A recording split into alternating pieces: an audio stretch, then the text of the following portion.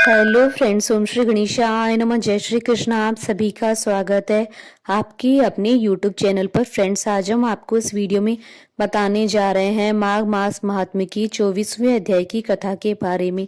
Friends, video शुरू करने से पहले आपसे रिक्वेस्ट है, अगर आप हमारे चैनल पर नए हैं और आपने अभी तक चैनल को सब्सक्राइब नहीं किया है तो प्लीज सब्सक्राइब कीजिएगा चैनल को, साथ ही प्रेस कीजिएगा बेल आइकन को, जिससे नए वीडियो से रिलेटेड नोटिफिकेशन आपको तुरंत प्राप्त हो सके। और वीडियो पसंद आने पर वीडियो को लाइक और शेयर जरूर कीजिएगा ताकि सभी भक्तों को इस वीडियो का लाभ प्राप्त हो सके।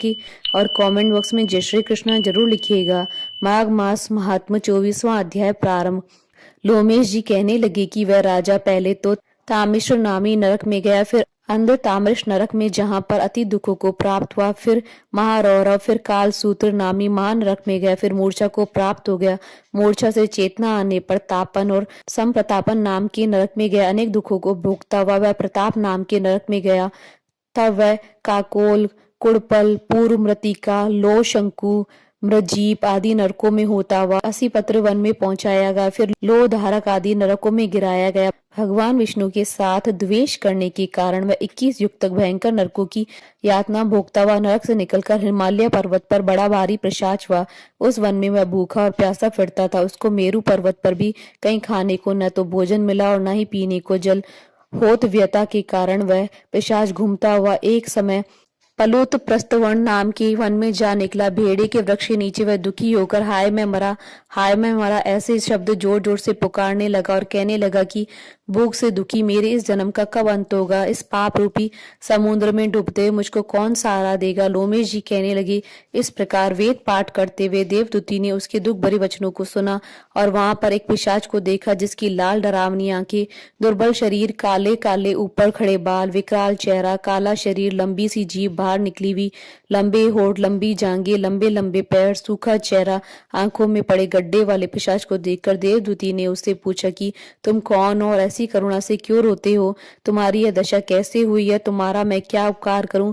मेरे आश्रम पर आ जाने से कोई भी प्राणी दुखी नहीं रहता और वैष्णव लोग आनंद ही करते हैं। सो हे भद्र, तुम अपने इस दुख का कारण जल्दी कहो, क्योंकि विद्वान मनोरथ पाने के लिए विलंब नहीं किया करते। ऐसे वचन सुनकर प्रेत रोना बंद करके विनीत भाव में कहने लगा कि हे द्विज, इसी बड़े पुण्य में मुझको आपके दर्शन हुए, बिना पुण्य के साधुओं की संगति नहीं होती। फिर उसने अपने पहले जन्म का वृतांत कहा। भगवान विष्णु के द्वेष के कारण मेरी यह दशा हुई है। जिस हरि का नाम यदि अंत समय में मनुष्य के मुख से निकल जाए तो मनुष्य विष्णु पद को प्राप्त होता है। जो सबका पालन करता है उसी से मैंने द्वेष किया।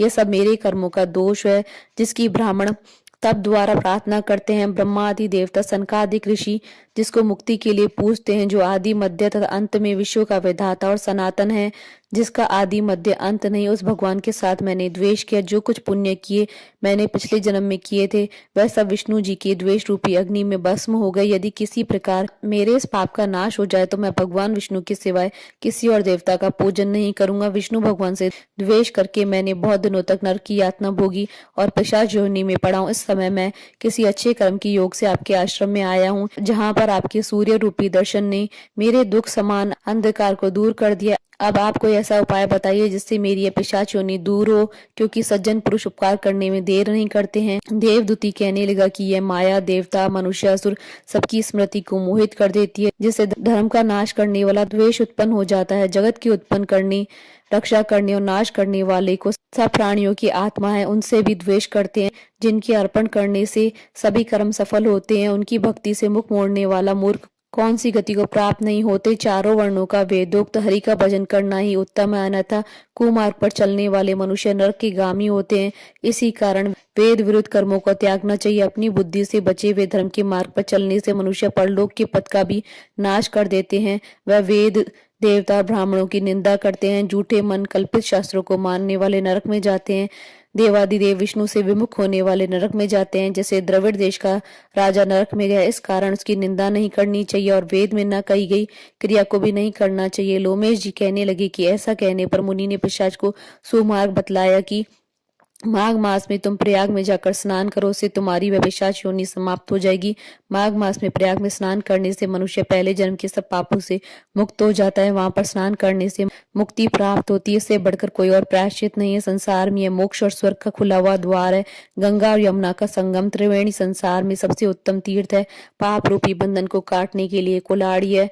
कहाँ तो विष्णु सूर्य तेज गंगा यमुना का संगम, और कहाँ यह तुच्छ पाप रूपी तृण की आहुति। जैसे घने अंधकार को दूर करने वाला शरद का चंद्रमा चमकता है, उसी तरह संगम में स्नान करने से मनुष्य पवित्र हो जाता है। मैं तुमसे गंगा यमुना के संगम का वर्णन नहीं कर सकता, जिसकी जल की एक बूंद के स्पर्श करने से केरल देश का ब्राह्मण मुक्त हो गया। ऋषि के ऐसे वचन सुनकर प्रेत के मन में शांति उत्पन्न हो गई और मानो वह सब दुखों से छूट गया। प्रसन्नता से उसने विनय पूर्वक ऋषि से पूछा।